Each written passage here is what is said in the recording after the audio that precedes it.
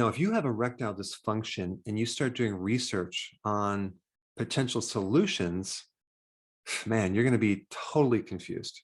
And the biggest strategies for this condition is all about just managing this condition. But what about fixing it? They don't really talk about that.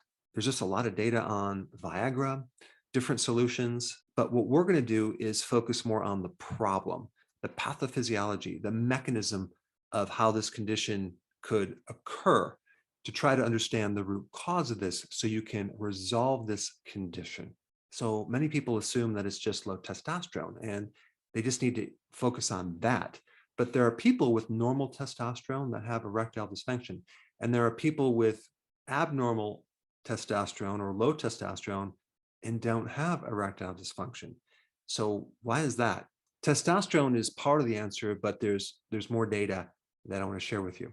One of the most important molecules involved in erectile dysfunction is this thing called nitric oxide, okay? Nitric oxide, NO.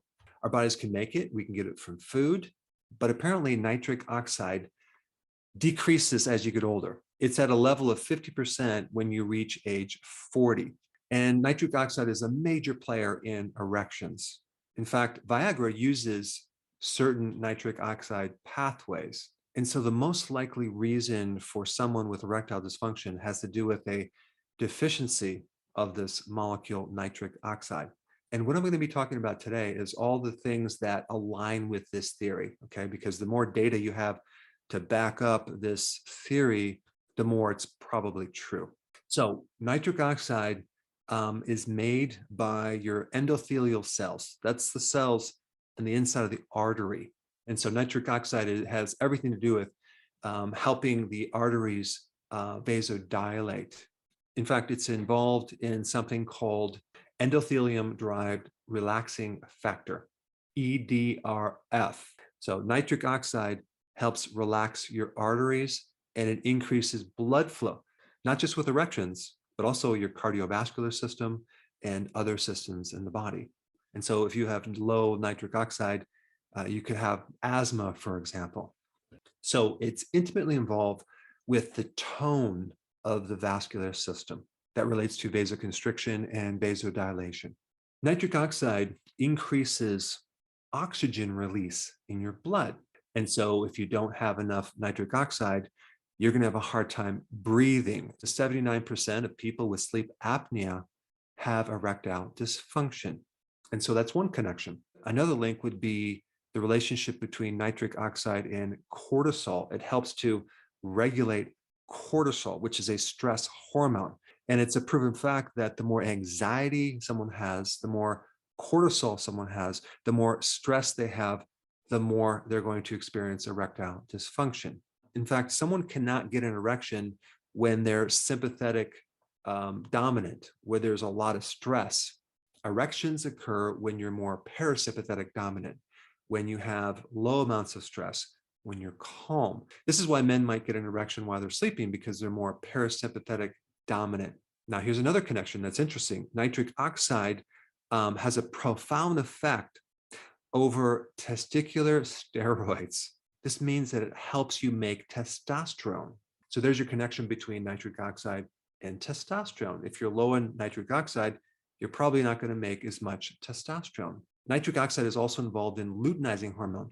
That's the hormone produced by the pituitary gland that controls the testicles and the amount of testosterone you're going to make. Nitric oxide also is intimately involved in the sleep cycles, including REM sleep.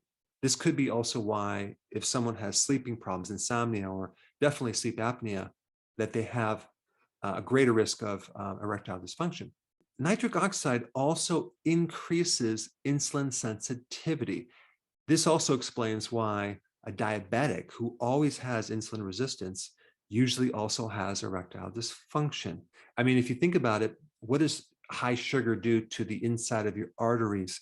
It destroys the endothelial level and thereby decreasing the amount of nitric oxide produced. People that are on statin drugs usually have either lower testosterone or they're at greater risk for erectile dysfunction. And this could be because statin drugs block cholesterol, which is a precursor for making testosterone. So the big question now is, how do you increase nitric oxide? Is there a way to do it naturally? And the answer is yes. Number one, you can start doing what's called nasal breathing. Start breathing through your nose, not your mouth. Apparently, when you do that, you increase nitric oxide. And you can also increase the release of oxygen in your blood by 20% by breathing through your nose because there's more resistance. There's actually 50% more resistance with breathing through your nose than your mouth. And apparently that increases nitric oxide to your lungs and the rest of your body.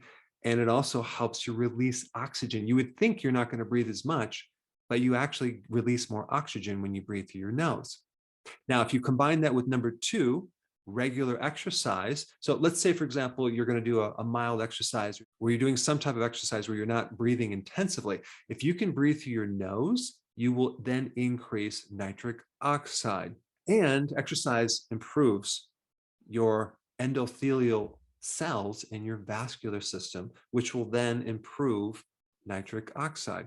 Now, you can also increase nitrates from foods to improve nitric oxide, okay? The foods that are high in nitrates would be beets, okay? Spinach, kale, any of the leafy greens. Those are all high in nitrates and will help you increase nitric oxide. Now, of course, on the flip side, you would want to avoid sugar because that destroys the inside of the arteries. You would want to avoid alcohol too, because that also decreases nitric oxide. You'd also want to try to keep your stress low because stress can inhibit nitric oxide as well. And number five, do things to improve your sleep. Okay, that's going to help increase your nitric oxide.